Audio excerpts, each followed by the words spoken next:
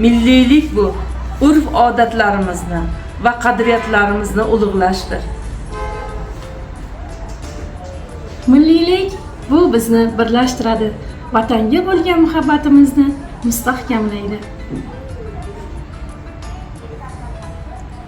Milliylik tilimizni, madaniyatimizni va tariximizni asrab-avaylashda namoyon bo'ladi. Har bir inson o'z milliyligini bilishi kerak va vatanga bo'lgan muhabbatini oshirishi lozim. Gündüz yarım, tün yarım, yarım, yarım.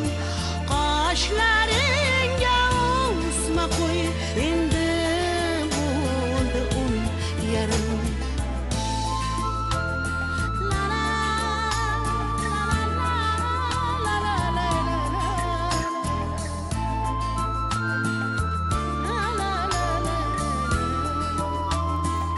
Aziz yurtdoshlar, milliyligimizni asraylik, kelajagimizni qadrlaylik. Zero milliy qadriyatlarimiz yashasa, millat yashaydi.